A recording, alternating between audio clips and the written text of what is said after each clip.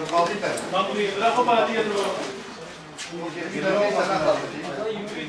O 20 tane değildi.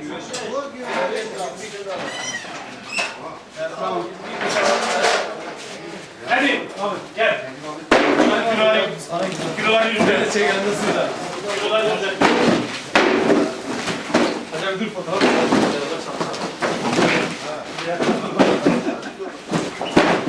Ne yakalım mı?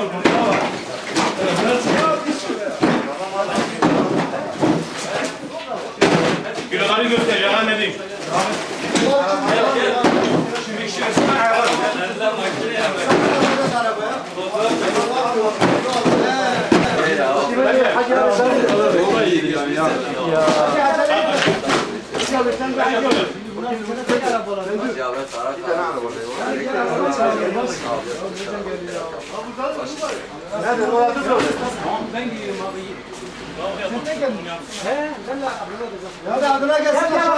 Kaç tane ödüsün hacı?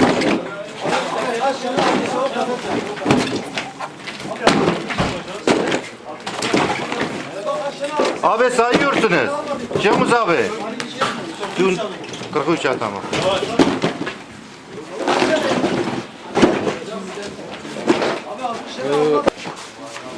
Abi adamları nereye bindireceğiz? Sen götürüyorsun. 60 tane aldı. Tamam.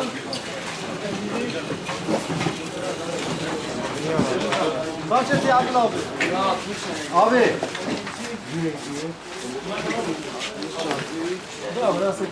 Kaç tane var bir pakette?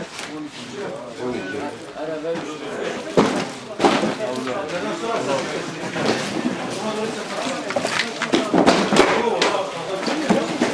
Abi kaç tane? Hadi yapayım, hadi yapayım.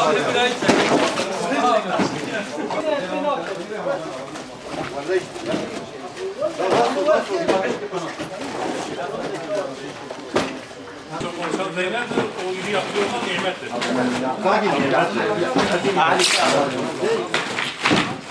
Sanki ona işte Hadi abi çık abi beni.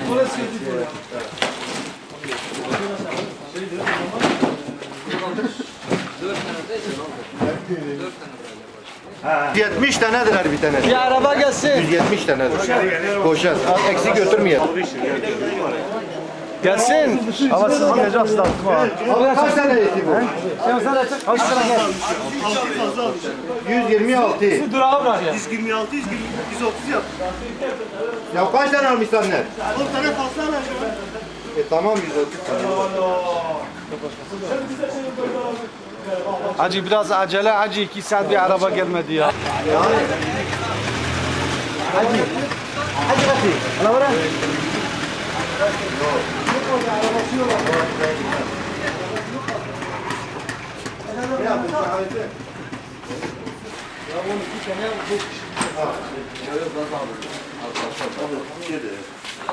Burası bağların bitti ya.